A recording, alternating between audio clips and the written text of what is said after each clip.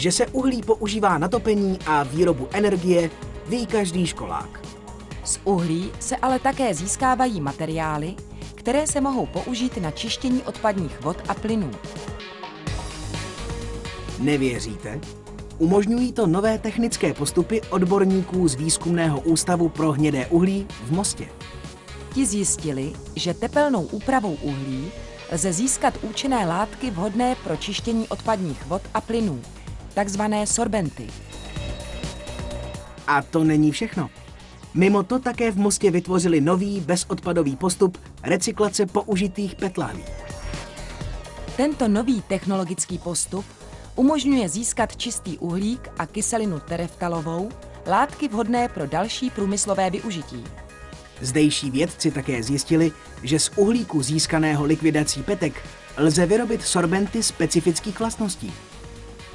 A k čemu nám sorbenty vlastně jsou? Jde o látky, které umožňují dělit a čistit průmyslové i topné plyny. Umí dělit plynné organické látky již od jednoho atomu uhlíku v molekule. Uhlík získaný z petek lze navíc upravit a použít při přípravě oceli.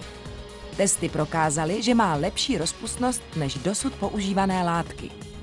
Nemalou předností výzkumu zdejších odborníků je fakt, že se jejich výsledky dají využít v průmyslové praxi.